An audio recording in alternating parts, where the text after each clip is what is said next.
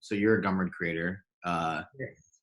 and running Gumroad's been great for me in this time because I have so many perspectives. I follow all these folks on Twitter that live all over the place selling all sorts of different products. And when something like coronavirus starts happening, it's like pretty nice to like be able to leave that sort of like San Francisco tech bubble that I'm normally in, you know? Yes. And so when I saw, I think you had a tweet storm like a week ago, uh, or March 11th or something like that, or no, March 3rd, about what was happening in Italy. This was still basically before, I feel like before anyone really took it that seriously, even though that's only a couple weeks ago, you know? Um, so yeah, I'd love if you could sort of introduce yourself and like start with that thread and like when you first, like your kind of timeline, I guess, like Yes. before, I assume you were already at a level where you're like, this is worth a tweet storm, you know? Um, you're probably not going to put yourself out there as like a paranoid conspiracy theorist or something, unless you're like, you have pretty good inkling that this is going to help Uh, people. So yeah, I'd just love to kind of like, yeah, sort of like we can start there. yeah. So what I do as a job basically is I'm writing books that then I publish on Gumroad, and they are all on emergent systems, which means like you take some components and then you see like how their interactions evolve, and this very often has nonlinear impacts. And and for example, pandemics, they're one of these things. Uh, for people that don't have much an idea, that's basically like the same kind of arguments that Nassim Taleb touches. And um, one of the things that I'm also doing, I also have courses in university in Italy about risk management, and so I'm very like aware of all these like tail risks that we have in our life, which are those things that we might not see, but they could actually impact us very strongly. And so one of the things I was considering was epidemics. And it's since months that I have this alert that when the WHO sends a report, I get it on my phone. And usually most of them I skip them or I just read the headline. But I began hearing about these coronavirus already like at the beginning of January, when there were the first reports coming in from China. I don't remember exactly when. At that moment, like very far, I was actually skipping them because I thought it's something like new kind of influenza, but you know, you hear this a lot every year, so I wasn't really paying too much attention.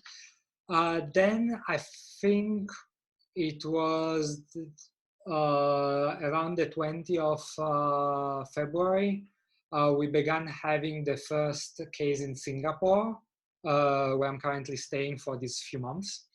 And then I really began paying attention. And the thing I noticed was that uh, the numbers in China were growing quite far. And then at the time, it was the 23rd of January, and China already locked down Wuhan. And that's kind of scary if you think about it, because they locked Wuhan with 600 cases. And after that, they had 61,000 more, and it's considered a success. Mm-hmm. So the moment you lock down, you still have some momentum in the growth of the epidemic. It might go 100 times from when the moment you lock down, and that's considered a success.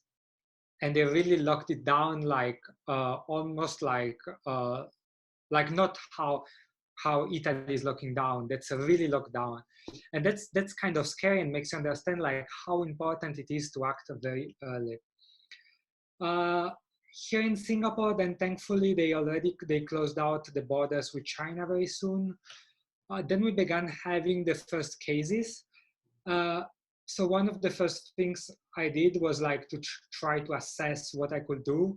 I ordered some masks online. Thankfully we had a few masks still from SARS times here in the house. Uh, then then the government began reacting. Thankfully, they kind of people. it took maybe 1 week for people to begin changing the behavior. Me and my girlfriend got hit also professionally. We're both like organizing courses and workshops, and a lot of them got canceled. Some we had to cancel them ourselves for security purposes. Uh, then our meetings, then you would see that normal people were kind of scared, but not too much. They will still go out very much. So Then I what was time was this happening? Is this like late February or so?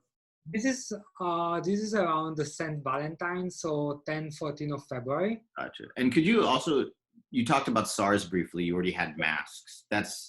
Could you talk a little bit about like sort of the history of SARS, and Singapore specifically, I think I was living in Singapore actually at the time when SARS happened Yeah. too, for people that might not know. Yeah, I was in Italy at the time, so I do not know too much, but I know that schools have been closed for a few weeks. There have been a few deaths. It scared the population in a way, meaning that people kept masks at home still now. The new hospitals got built with negative pressure chambers, which are especially good in this case of epidemics. So also around Asia, which was kind of the epicenter for the SARS, people, they kept some habits. They kept the use of face masks. In Asia, they're not really shaking hands very much. So this should be very much a warning for Europeans and Americans, because some of us might have the impression that infrastructure is better. That's not necessarily true. And especially cultural infrastructure is worse. Yeah. From this point of view. Yeah. I mean, I remember living in Singapore at the time, and it was SARS for at least for the first few weeks felt like what, maybe swine flu or bird flu, like that kind of level of scare, especially because people were dying. And luckily it did not become a huge issue. But yeah, I think it instills that kind of, just kind of like, since Trump won in 2016 and Brexit, everyone's a little bit more sort of aware of tail risks, you might call them, or just sort of like, discounts polling a little bit, or just like how uncertain things actually are. I guess maybe more appreciative of randomness even, in a lot of the same vein of Nassim Taleb.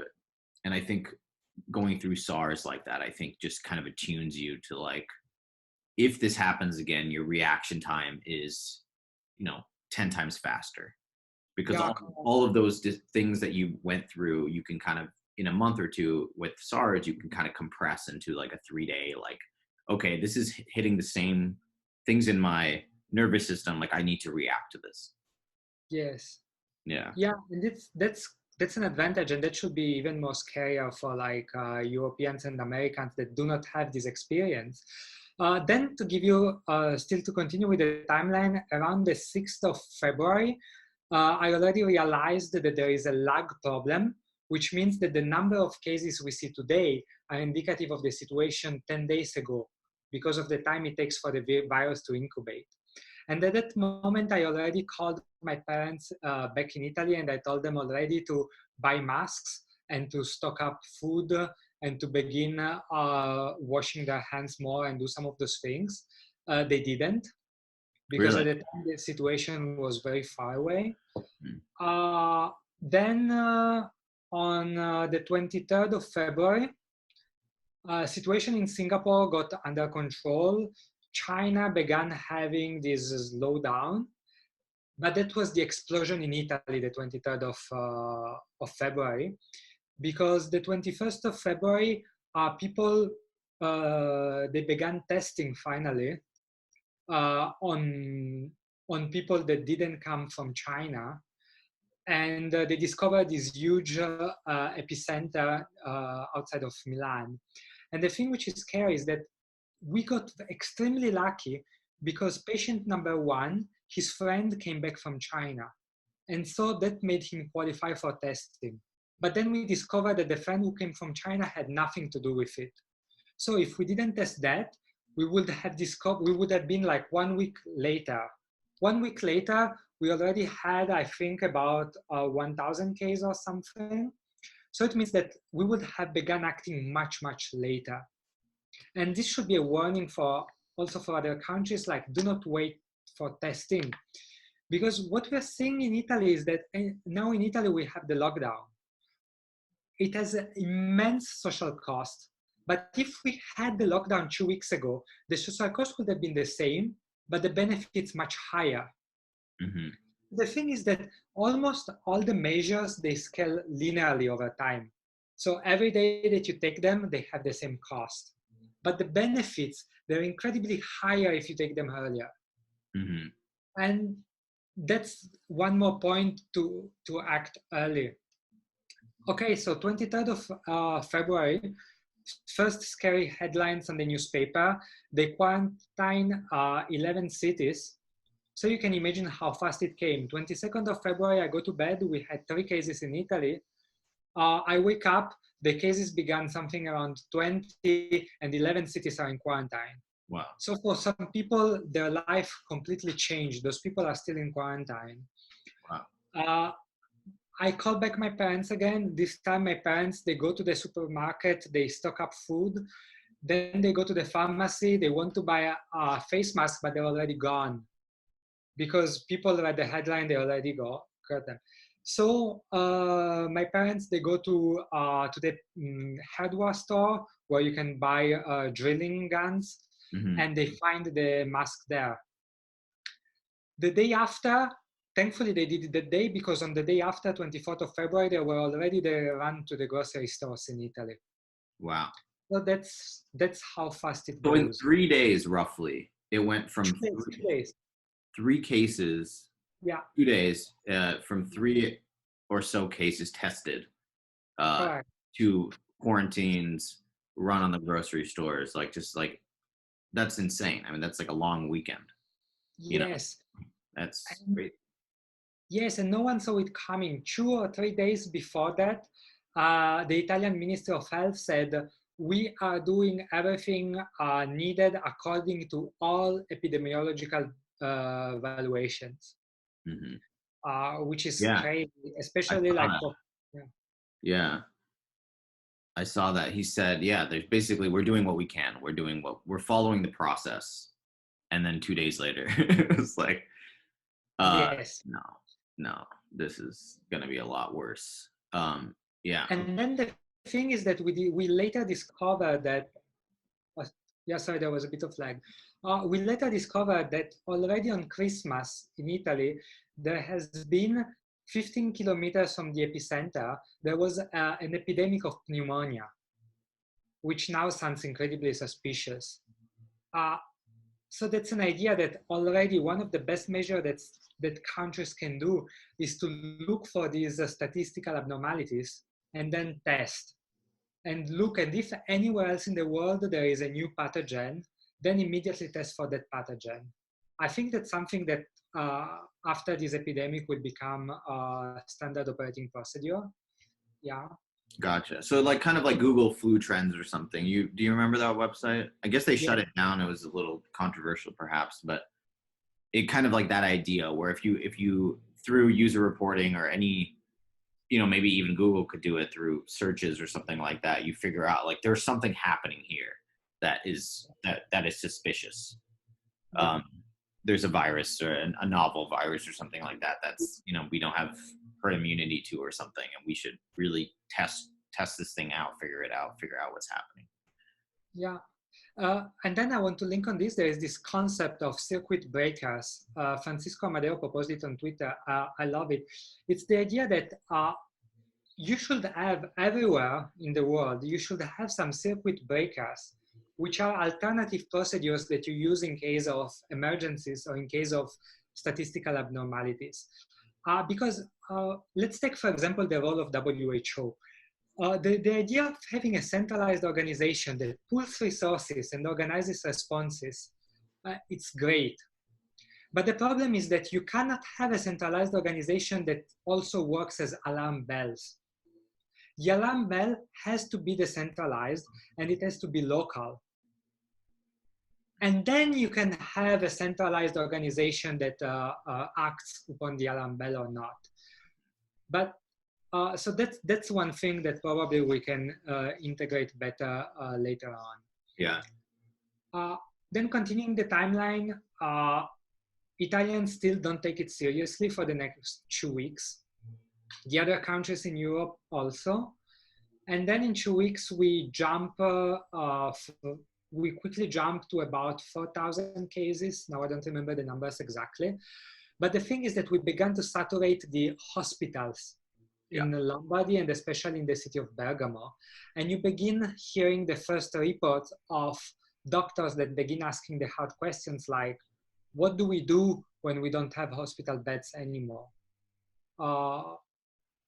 At this point, the epidemics keep going. All the regions, they began to be touched. And then finally, the government realizes that something hard has to be done. They already began acting, closing the schools, but that wasn't enough. They reopened them. And so they decide to go with transportation lockdown, which means you still do what you do during your life, but you cannot move out of your city. That's a good thing. It should have been done much earlier. The problem is that they announced it before they did it, which left a lot of time for people to move out. And for example, there's been this case in Sassari in Sardinia. It's a relatively small town. They have 23 ICU beds only, and a huge boat with thousands of people coming from the infected areas docked there one day after the lockdown. And all those people that have been left out without any kind of check. And then, of course, the day after on the newspaper, you read that someone went to the hospital, he was infected, and now the full hospital was closed for disinfection, and that's completely preventable. At that moment, finally, that's for the full month, for the full 3 weeks, I've been posting on Facebook in Italian. I never post on Facebook. For the first time, I did it to reach Italians because they're much more active on Facebook than on Twitter. And for 2 weeks, I've been insulted every day because they were calling me panic monger or whatnot. And then finally, the day was the first day in which people began liking my posts instead of and you could see that there was a kind of mentality in which people would understand that there is a problem, but they were still acting like every day. My friend began taking pictures from the balcony of his house, and you could see that people were still walking. They were still going out for a walk. My friend who was working as a cashier at the supermarket told me that people would still go for the supermarket for nothing to buy like a single sandwich. So the idea was not like I go to the supermarket to buy everything I need for 5 days so that then I can stay home. No.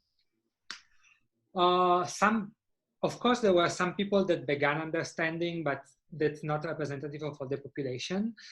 So then 2 days later, they decide to go with a real lockdown. They close. So that's still not Hubei lockdown, but they close all the stores. And now to go out of the house, you need to print a piece of paper and write the reason why you're going out. And it has to be a good reason. Like I'm going to the grocery store, I'm going to the hospital, these kind of things. And then finally, Italians got it. Now, from what I understand, they're staying home. They're queuing to the supermarket because now the supermarket only allows limited number of people inside. They're queuing in a straight line with 1 meter out between each other, which for Italians is really impressive. Yeah, like me, when I was living in Frankfurt, I would notice which one is my gate to get the plane in Milan because it's the only one in which the line is not straight. So it's really impressive. And I have to say that the government acted really well ever since. The Italian government, it really got like decisive action, very good communication. They fully acknowledge the risk. They're fully putting the numbers in front. They're saying to the people, this is the best scenario if everyone acts, everyone stays home. This is the worst case scenario. And it's up to Italians to choose what what they're gonna have. So that's excellent communication in the What last does that 5 look like? So let's say what does the best case scenario when they started sharing that and the worst case scenario? Like how divergent are those two paths? So the worst case scenario, according to today, to the governor of Venezia area. So I'm translating like all the roles like to the closest American one that I know of. Yeah. He said that the worst scenario is that by the end of April we have 2 million infected people in Venezia area in And how many Veneto. people live in that area? I have no idea, but I would say around 5 to 6 million maybe. So this is like But kind of in line with what Angela Merkel, and 40, yes, 40 to 70% of the population. but that's assuming like that no lockdown was put in place. Mhm. Uh, and then with full lockdown, they're saying that we should see like a flattening in 1 to 2 weeks, which would mirror like what we've seen in China and in Korea. The thing that they didn't really say, but it's kind of obvious, is that from where we are now to the flattening, there is still like an increment of 10 pair, 6 to 10 times pair. So it would mean like still a lot, especially because the big problem is that the number of infected people is not equally spread on the country, because then it equally loads hospitals. The problem is that it's clustered. So you get a hospital which is kind of relatively free, and you get another hospital where they really don't know what to do. Yeah, and there's no way to fix that. You Yeah, can't yeah, equalize. exactly. So you need to be very careful when you hear about average numbers. Another thing that I really don't like is when people are saying 98% of people survive the virus, which I don't know if it's true or not, the percentage, but even if we assume that it's true, there are two things to consider. The first one is how many of those people they get lung problems, which might go out after 3 weeks, after 3 months, or they might stay for much longer. And the second problem is, okay, but you will still spend a terrible 3 weeks of your life in the hospital, and you will infect other people. So it means that the absolute 2% will go much higher. Mm-hmm. And then another problem is that you're contributing to the overload of the hospitals. Mm-hmm. So one thing that people on Twitter, they're asking me like, what can I do? Even if you don't know anything else, stay home as much as possible, because you're making it easier for everyone else. Even if you're young, even if you're not at risk. Mm-hmm. Then I have to say that for this, Twitter was really helpful. I got a few people that privately contacted me, and they were like, I want to help, what can I do? I want to donate to the Italian hospitals. So I was like sending them like some campaigns. That's been amazing, the level of support from Twitter. But yeah, now thankfully people are understanding it in Italy. So I'm much more positive today than I was 3 days ago for Italy. But I'm really much more negative for Spain and for France and for the other countries. Mm-hmm. It seems that Central Europe understood it and they're getting some measures. But Western Europe, so Spain, UK, France, there's Belgium, they're still like either completely with the head in the sand, Mm-hmm. or they're like, okay, let's do what Italy was doing 2 weeks ago, Mm-hmm. completely ignoring the fact that it didn't work out for Italy at all. And right now the situation is much worse than the situation that it was in Italy 2 weeks ago. So I don't understand. The friends, they're bothering us. A lot of them, they come to spend their holiday here. And I would expect that they would understand it, like that they would feel touched personally much more. Mm-hmm. Some of them do, of course. I don't want to generalize, but a lot of them, they don't. Mm-hmm. And it's terrible. Now they will have the elections next Sunday, which is a great opportunity for spreading the virus. Then another thing is, in Italy, we had a lot of learnings. I've tried to share them like on Twitter, and some of them are really not intuitive. For example, pharmaceutical informators, I don't know the technical name in English, those people that go to doctors to sell them medicines or to tell them like how medicine works. We had this case in southern Italy in which one of them tested positive, and 60 doctors now are in quarantine because had close contact with him. And now 70,000 people are affected because their doctor is in quarantine and cannot help them. Wow. So for example, one thing that I would expect everyone in all over the world would be to stop those people from working because their service is completely not necessary. I mean, they take orders, but they can take orders by phone. Mm-hmm. And presenting new drugs is completely unnecessary right now. So that's a learning that I think should be shared and other people are not doing. Another thing that I really don't like, personally, that's my opinion, but it's similar, is priests. I think that priests have a function. This function should not be suspended, but it should be done in a way that does not contribute to the spreading. And the Pope that said priests should visit the sick, I think it's really not a good idea. Mm-hmm. There are other ways in which the function can be done without spreading. A thing that they've done in Italy is very small, but for example, they realized that bus drivers, they come in contact with a lot of people. So right now they close the front door of buses and people can only get down from the back door. It's really not much, but it's one of those things that you can implement it. If you want it, you can implement it in 1 second. Yeah. And it still makes a difference. And especially it makes a difference because it makes people understand that something serious is going on. That's why one of the things that I said at the beginning, like I think it was around the 25th or 27th of January, so very early, I was urging people that had a mask to wear it. Mm-hmm. I was wrong because I was assuming that we had a limitless supply of masks.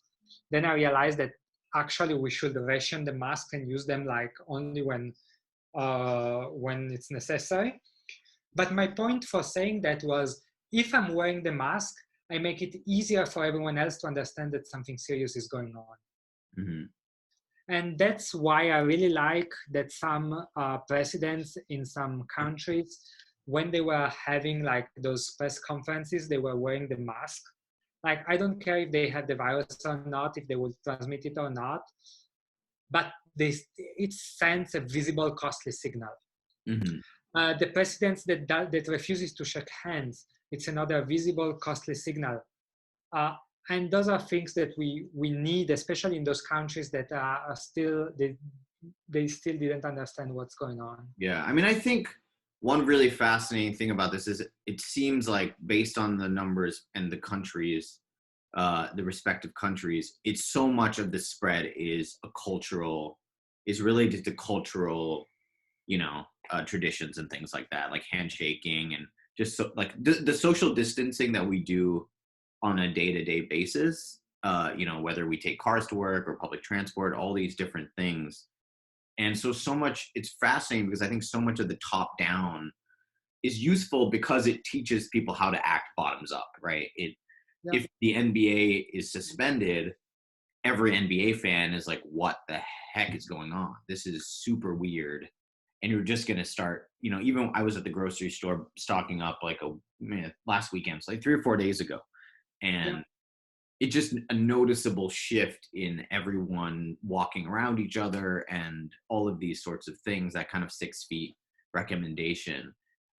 It feels ominous, right? It feels scary, but I think everyone just acting like there's a zombie apocalypse outside or something is going to tremendously slow down the spread of a virus like this. Whereas a week ago or 2 weeks ago, I was at the gym, probably shouldn't have been at the gym, but it was packed. I mean, there's no context, there's no awareness.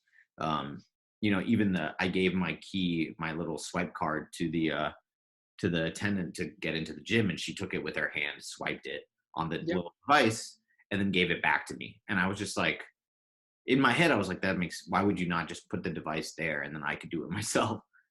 Probably for security or something like that, to check, check the ID or something of the person. But, as you mentioned with the bus driver, like these kind of really small signals, I think have dramatic sort of like benefits that compound, right? Because then I go home and I'm more aware, and I might act differently, wash my hands more often, etc. And it's yeah, and the truth is, we're not, no other country really in the world is going to be able to do what happened in Wuhan, right? Like that level of quarantine, that level of sort of top down, this is not, especially in America, that's not going to happen here, right? Like we basically have to get Americans like myself to just take it seriously. And it's hard. I mean, I think you're seeing this, you saw this in Italy, you're seeing this now in France and Spain and America as well. Like it's hard because I think, as you mentioned, when you first started tweeting or putting it on Facebook, you sound crazy, right? Like you just sound like kind of a nutcase a little bit. Especially if, in general, those sorts of people that are interested in like the like tail risks and Nassim Taleb and deadlifting, and like it kind of has like an archetype, Yes. like mostly men, mostly white or brown dudes, mostly like VCs, and like it doesn't have a good stigma right now, I think, or I guess all stigmas are bad, but it doesn't. And so I think Bitcoin kind of people, Yeah. and because that's who I first saw, and I was like, they were right about a lot of these things, so I'm gonna pay attention. But also, like, there's a degree of like skepticism that I have, right? And also, I never, even though I started paying attention to this probably around January, um, I didn't want to tell anyone. And when I told people, I didn't really want to. I didn't want to say like, oh, I was on Reddit and I saw this crazy thing happening in China, because people would be like, that's just conspiracy, or that's China wants you to be scared so that your economy goes into a recession, or whatever political kind of strategy that they might suggest. And it's funny because I feel like every single week I try to up my paranoia a little bit, like how public I am about it, and then like 3 or 4 days in, I'm like, I way undercounted how bad it was actually going to be, even in my own head. So I was kind of, and I feel like we're all doing that. And so today, like I told a bunch of high school friends of mine in a WhatsApp group, like I think there's gonna, this is gonna be a huge recession, like a mass. I think I don't think we really know what happens when like the whole world doesn't like participate in the economy for 3 months. Like I just don't know. I think it could be really bad. And everyone's like, there's no way it's going to be that bad, you know? But I don't know. We like where we're at today. I don't think anyone predicted really a month or two ago, to even the people that predicted that it was going to be bad. I think the degree of it, like saying we're going to cancel the NBA, cancel every sporting event, cancel, I assume like the US election, every debate's going to get canceled. They still plan to hold the one on Sunday, which I doubt I cannot imagine they're going to hold that on Sunday. But they currently, as of today, which is Friday, 2 days before, they say they will. So yeah, I guess what are your thoughts on that? Like, how do you change that behavior of like getting people to really understand, I guess, the black swan, right? Like to take seriously the idea that you can't even, a risk so large you can't even comprehend it. Kind of oxymoronic. Yeah, I think two things on this. So the first one, like on how to get them on that to act, I think one framing that I found very useful is like, I'm not going to the grocery store to stock up for myself. I'm going to the grocery store to stock up so that later I have food to give to my grandma. Mm-hmm. I'm wearing the mask not because like I fear the virus. I'm cool and I don't fear it, but I care about my grandma and she's 86 years old, and if I catch the virus, then it's a very big risk for her. So this kind of like I'm doing it for, like, I don't care if you're caring about it, but do it for the ones you care about. I think it's quite useful. Mm-hmm. And then the second thing is how to get them to understand these exponentials. I really don't think that I still didn't find a good metaphor for it or something that works every way. The best one I found so far is the ones you have like a lily pond and it's full of lilies, and the lilies like, so at the beginning there is only one lily, and then every day each lily becomes two lilies, so it doubles. At the 50th day, it's full, the pond is full. When was the day in which it was full at half, when it was half full? And the answer is 49 days, the 49th day. That's kind of like the one that I saw that it works a bit more with people, but still it doesn't work fully. And the thing is because our mind intuitively, it cannot make exponentials. We need to engage analytical thinking. And the way our mind works is that we only engage analytical thinking if we think that doing that will have a positive expected emotional outcome. And so the problem is that people that are scared of the consequences of imagining this thing, they will necessarily be unable to engage their thinking. Yeah, and kind of like, what's the point? What's the point of exploring the idea that the world's going to end, right? Like there's no purpose. There's no sort of short-term immediate reward mechanism for benefiting off of something like that, unless maybe you could short the market or something like that and buy a Ferrari or something. Yeah, exactly. So it's really like, but still, even that, the big problem is that we're really not used to this. And the second big problem is that events like this, they're very infrequent. Mm-hmm. And we publicize too much the small inconsequential wins. Like the thing is that this is something that begins at school. And since school, like we have this thing that you are graded based on the number of answers you get right, not on whether you get right the important ones. And that's something that only works in some fields and not in others. Mm-hmm. And usually doesn't work in the real world. I can give you another example. In statistics class, they're teaching this thing about flipping a coin. If you flip a coin 10 times and it comes head 10 times in a row, what is the probability that it comes heads the 11th time? And your statistics teacher will tell you it's 50% because they're independent. And this is true in the textbooks, but it's not true in the real world. Because in the real world, if you show me a coin that flips 10 times the same way, I will think that it's rigged. I will think that it's a fake coin, or I will think that you're a swindler. And this is the kind of thinking that happens in the real world. In the real world, things are correlated. So if there is an epidemic in China, it's gonna come somewhere else unless it's stopped immediately. The thing I don't like when we talk, for example, about mortality rate is that it's completely the wrong thinking. Even if today the mortality rate is say 2%, then it makes you think like, okay, I'm playing like Russian roulette, 2% probabilities, but it's wrong, because the thing is that the absolute, even if it were a fixed number, the absolute number of people which will die depend on our behavior. Because if we stay home, less people get infected and less people die. And then the number is not fixed, because 98% is what happens with this level of healthcare. Mm-hmm. But if we protect the healthiest people, the mortality will go down, because the healthiest people are the most vulnerable. And if we don't protect anyone and we keep living like everyone else, then we saturate the hospitals, and then mortality goes up, because mm-hmm. you cannot get cured. And it also goes out for other things. For example, today, I don't know what's the mortality rate for heart stroke, but I can tell you that in Bergamo, Italy, where the healthcare is saturated, today is much higher than it was 2 weeks ago. Mm-hmm. So I don't like this static thinking.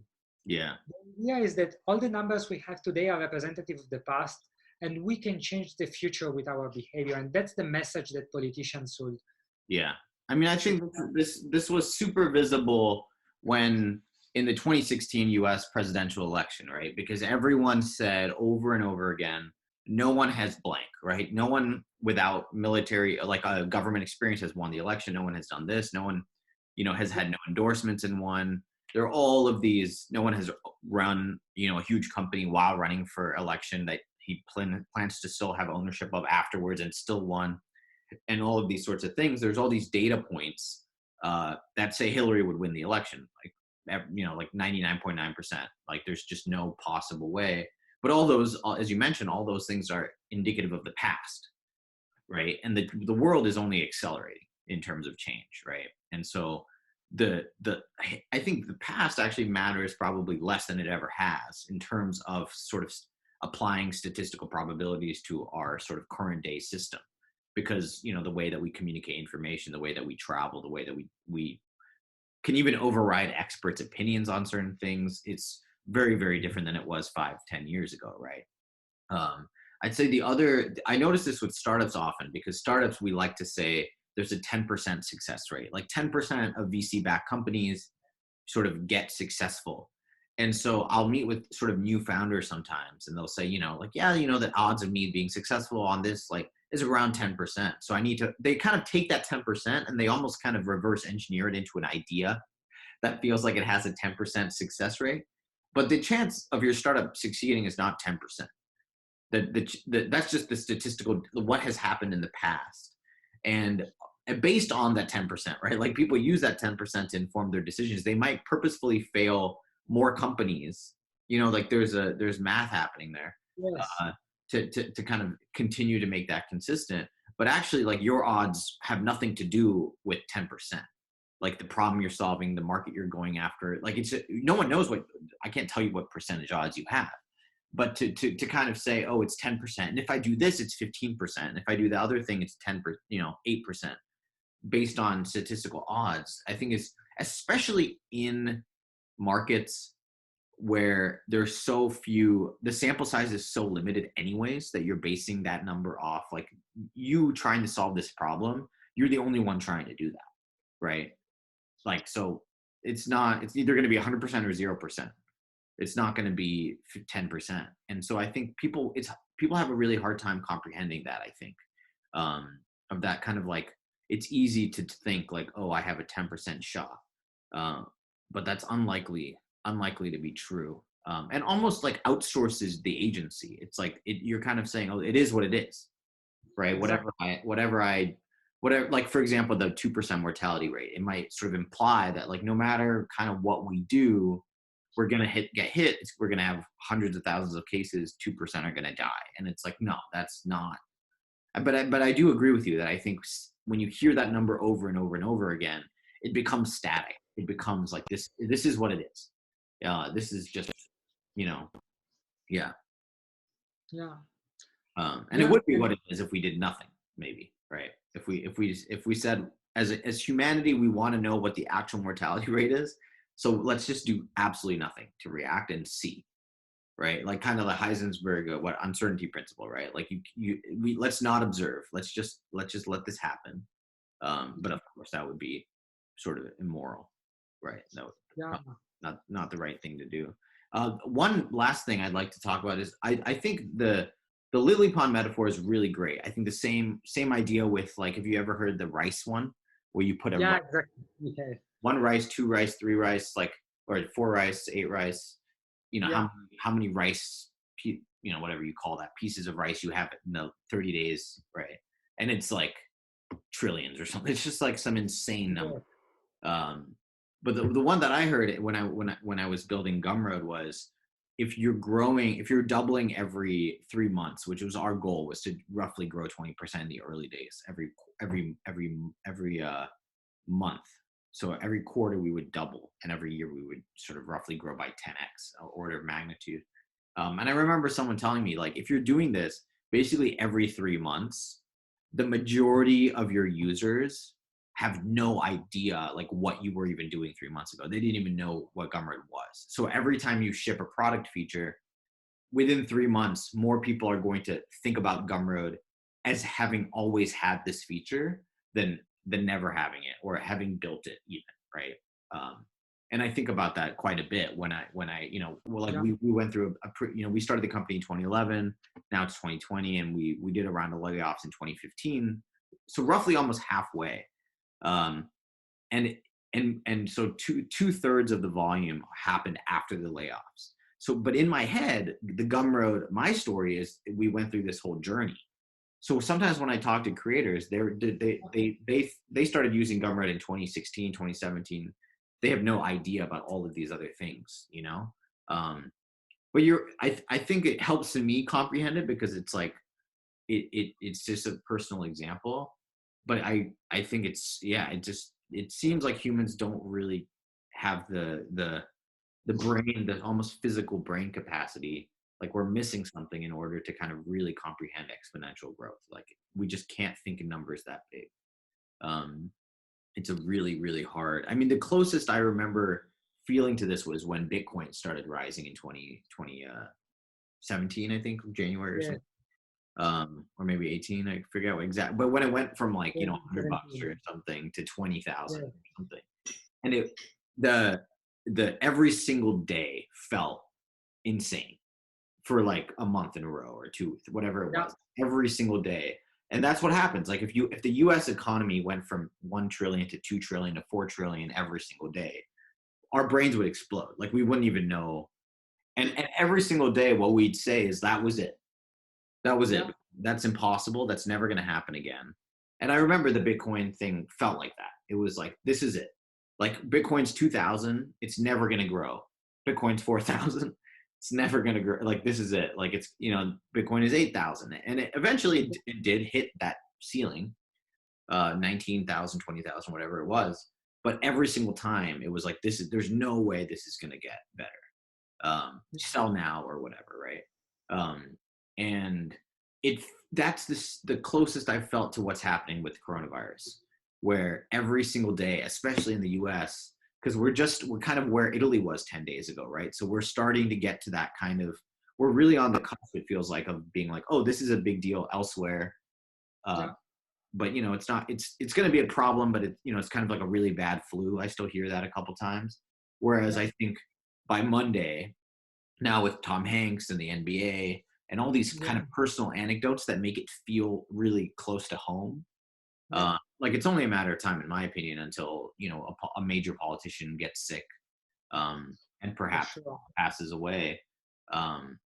Then I think that idea of like every single day it's so bad, but this is as bad as it's going to get because today is so much worse than yesterday. There's no way this continues, right? You can't make $1 and then make $2, make $4. That doesn't make sense to people. Um, and what I kind of just have to tell myself constantly and tell my wife, she gets kind of annoyed sometimes by me being like, dude, this is such a big deal. She's like, I know. But I'm like, it's just helpful for me to vocalize that like every day I feel like I set expectations and then like my expectations get destroyed. And so people are trying to predict the bottom of the economy and all these sorts of things. But again, like they're all based on what's happened in the past. Like this is how it compares to 2008 to 2001 to 1987. Yeah.